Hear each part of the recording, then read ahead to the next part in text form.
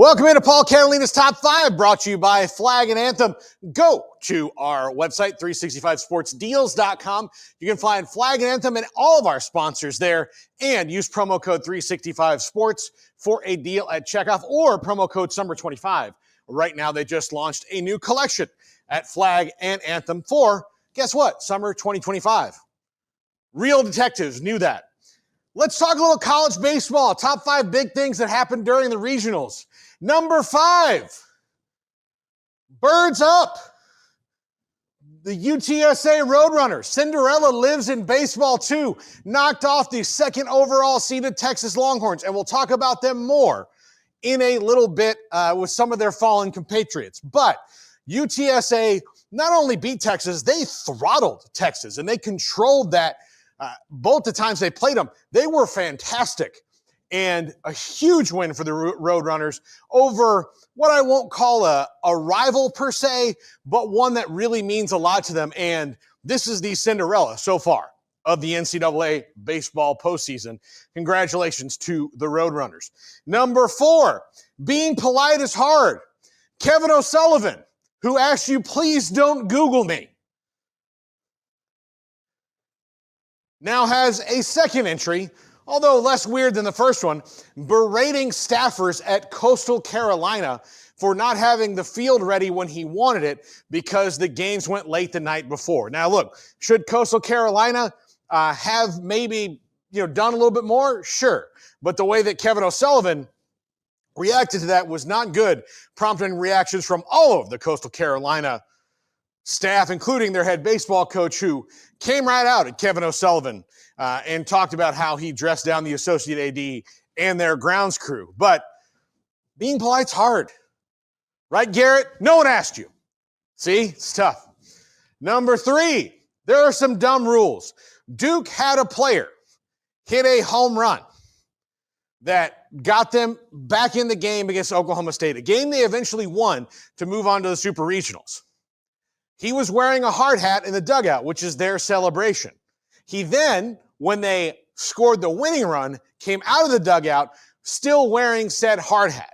Because of a weird NCAA rule that says you can't wear props on the field, he was ejected from the game and is now suspended for their first game of the Super Regional. That's dumb. And the review shows he barely walked out of the dugout just to congratulate his team. He didn't even probably realize he still had the hard hat on. It happened so fast. Very dumb rule, very dumb suspension.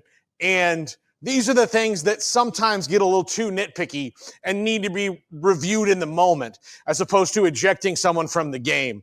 Just a little bit much. Number 2. What I love most about playing basketball is the competition. I really just like being shifty, mastering hesitation moves, changing direction, building chemistry with new teammates. If you're not having fun while you're playing, there's no point in playing the game. You know what to do. Escape Basics. Pair of Thieves Quick Dry Underwear. It wicks away sweat and helps keep you dry. You looking forward to fishing season? Hosting isn't for everyone.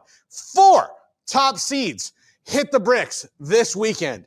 Vanderbilt, among them, the top overall seed. Texas lost as well. Georgia lost. It was a rough go for some of the big-time seeds. And that leads me to my final point. Maybe winning the SEC wasn't that hard. Jim Schlossnagle said after Texas claimed the regular season SEC title just last week that winning the SEC title is harder than winning the national title.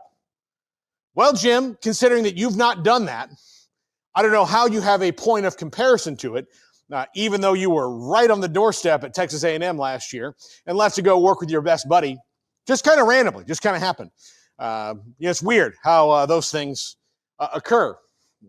But a lot is made about the depth of the SEC in baseball. And look, it's true. They had a lot of good teams. Every single team that was there was deserving. Garrett, was there a team in the SEC that was not deserving of being in the top 64? Maybe Kentucky, but that's about it. Yeah, but Kentucky won a couple games. They took it down to the wire. So maybe only one bubble team got in that maybe in other scenarios wouldn't have.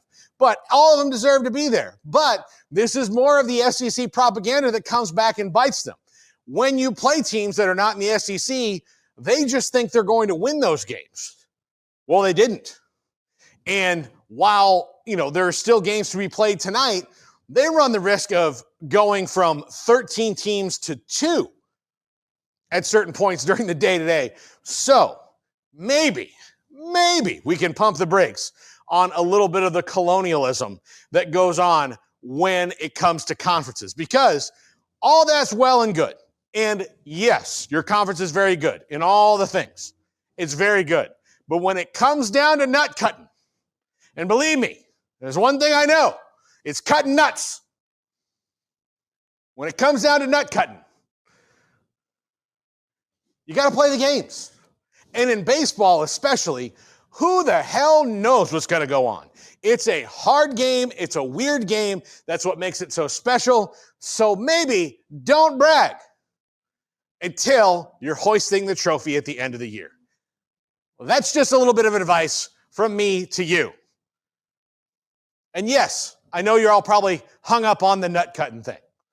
I'm not. We're moving on. You know what? It gets down to nut cutting for the polls too. Aaron Chevrolet already did those. Smokey's going to tell you all about them.